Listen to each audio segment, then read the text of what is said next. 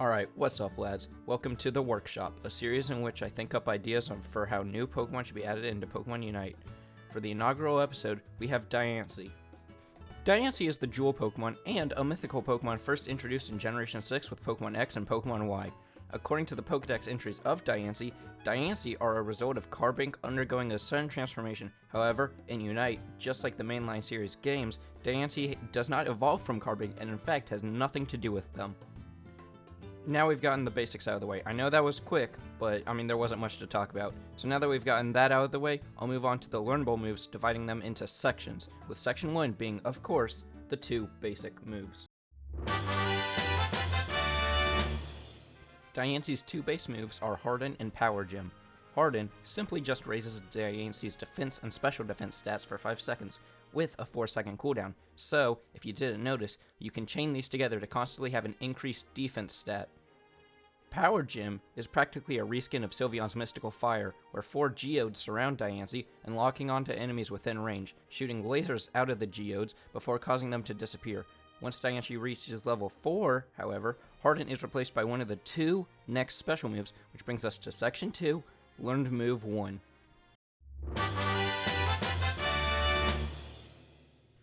The 2 potential moves for the Learned Move 1 slot are Diancie's signature move Diamond Storm and Stone Edge. We'll start with Stone Edge as it's the more simple of the 2.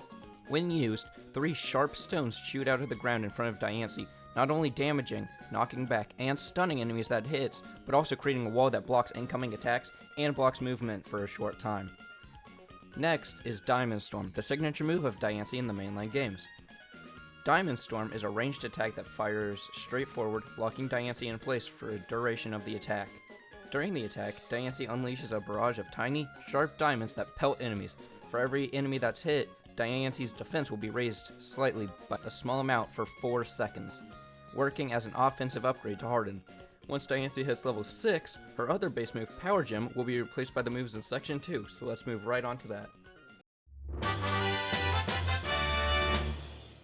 Section 2 is, of course, focusing on the second set of learned moves.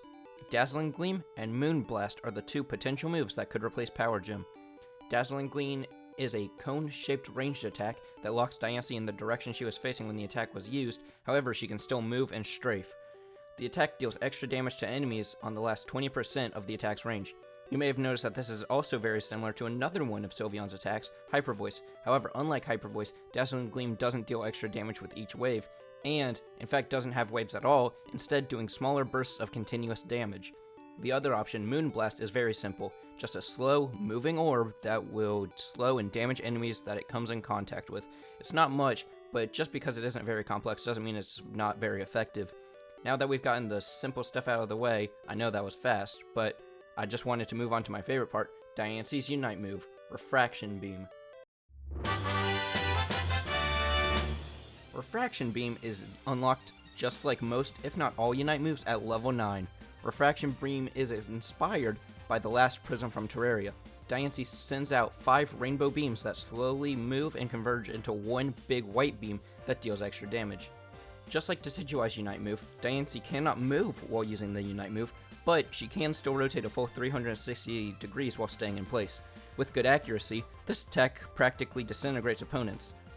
So, that's it. That's Diancie. I know this video was short, but wait a second. I seem to have forgotten something about the Unite move. Upon activating the Unite move, Diancie transforms into Mega Diancie. Mega Diancie converts regular Diancie's defense stats into her attack, and is reclassified as an attacker. Diancie stays as a Mega Diancie until she's KO'd or until the left stick is pressed in, causing Diancie to de-evolve preemptively. Mega Diancie has a new ability, Magic Bounce. Magic Bounce in the mainline games causes Pokemon to return status effects back to the sender, but that wouldn't really work in Unite, so it works a bit differently.